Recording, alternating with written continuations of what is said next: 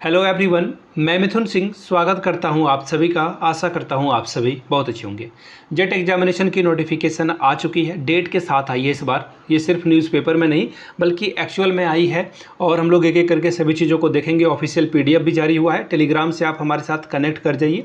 Telegram channel पर उसकी PDF आपको प्रोवाइड कर दी जाएगी। साथ ही आप हमारे साथ व्हाट्सएप चैनल पे भी जुड़ जाएं। व्हाट्सएप चैनल पे भी जो है स्क्रीन पे मैं आपको इमेज प्रोवाइड कर दूंगा। ठीक है जी, इतनी बात तो आपको समझ में आ गई।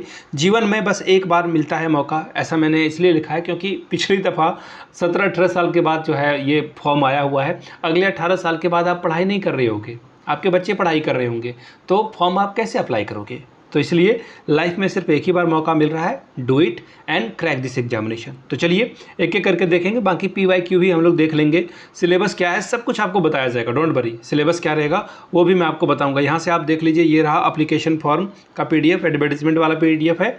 सबसे पहले देख लीजिए डेट ऑफ ऑनलाइन एप्लीकेशन 16/9 से इसका एप्लीकेशन स्टार्ट होगा, जो कि 6/10 तक चलेगा। 6 अक्टूबर तक आप अप्लाई कर पाएंगे। लास्ट डेट वगैरह जो है फ़ी का सबमिशन का वो 7/10 से लेकर के 7 तारीख तक आप अप्लाई फ़ी जो है दे सकते हैं।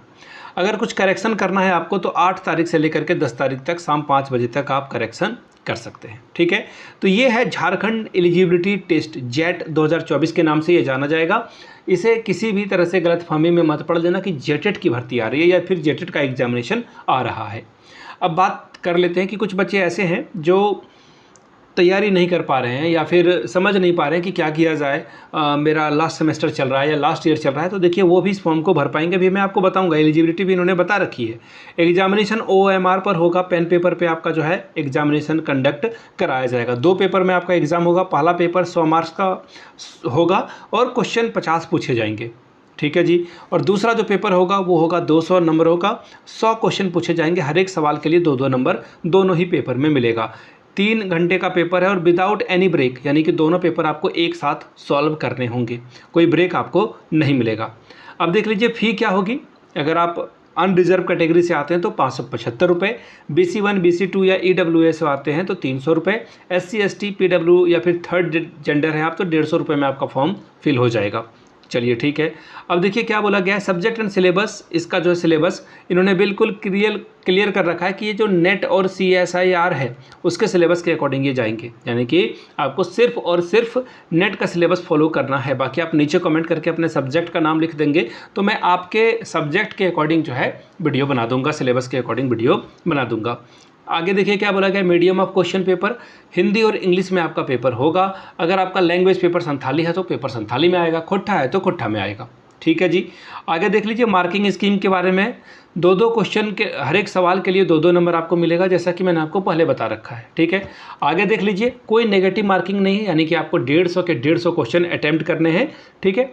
और अगर आपने कोई क्वेश्चन अनअटैम्प्ट छोड़ दिया है, नहीं आंसर किया है तो नंबर नहीं मिलेगा। बहुत ऑब्वियस सी बात है।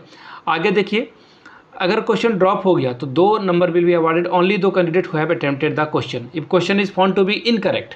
कहने का मतलब है कि अगर कोई ऑप्शन गलत हो गया, अगर आपने उसे छोड़ रखा है तो 2 नंबर उसी को मिलेगा जिसने उसको अटेम्प्ट किया है। अब मुझे बताओ, दुनिया में कोई महामूर्ख ही होगा जब नेगेटिव मार्किंग नहीं है तो वो कोई भी ऑप्शन को खाली छोड़ के जाएगा। बाकी आपकी मर्जी, ऐसे लोग होते हैं और होंगे भी। एलिजिबिलिटी जान लेते हैं। देखिए यहाँ पे बोला गया है EWS और जनरल कैटेगरी के लिए 50% मार्क्स आपको जो है PG में लाना होगा। अब बहुत सारे बच्चे क्या करते हैं, ग्रेजुएशन में सब्जेक्ट अलग रख लेते हैं, PG में अलग रख लेते हैं। तो सर किस में काउंट होगा? सिर्फ और सिर्फ PG में आपका सब्जेक्ट का जो स्कोर है वो काउंट में आएगा। ठीक है जी, इतनी बात समझ में आ गई। आगे देख लीजिए, candidate who are pursuing their master degree and equivalent course.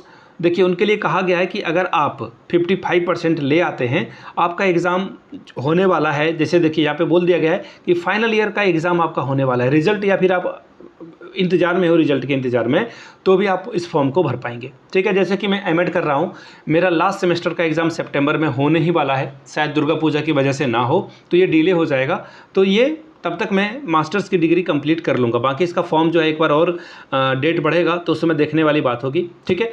PhD holder whose masters level examination have been completed by 19 September 1991, उनको 5% का रिलैक्सेशन मिलेगा नंबर में।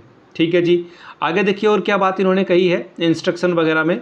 एज लिमिट जो है कोई नहीं है, कोई भी इस फॉर्म को भर सकता है। आगे आप जाकर के असिस्टेंट प्रोफेसर बन सकते हैं। सिर्फ ये एग्ज़ाम को क्वालिफाई कर लेने से आप असिस्टेंट प्रोफेसर नहीं बनेंगे। बहुत सारे लोगों के मन में ये सवाल रहता है कि क्या इस फॉर्म को कंप्लीट कर लेने के लिए बाद जो है मैं असिस्टेंट प्रोफेसर बन जाऊँगा या बन जाऊँगी? नहीं, आपको एक और एग्ज़ाम क्लियर करना होगा और उस पर 2404 पदों पे भर्ती आएगी, या 2400 समथिंग आप मान के चलिए कि 2400 कुछ पदों पे भर्ती आपकी आएगी। ठीक है, रिजर्वेशन होगा तो आप लोग जो है जो भी रिक्वायर्ड लोकल रेसिडेंसी सर्टिफिकेट है और कैटेगरी सर्टिफिकेट है ये आपको यहाँ पे जो है अपलोड करना होगा।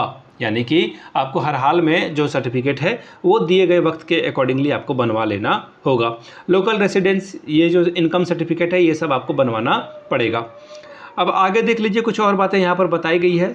जो डॉक्यूमेंट वगैरह है कब से कब तक का वैलिड होगा ये आप आराम से पढ़ लेना। ठीक है, बाकी मैंने एक इसका जो है हिंदी वर्जन भी तैयार कर लिया है।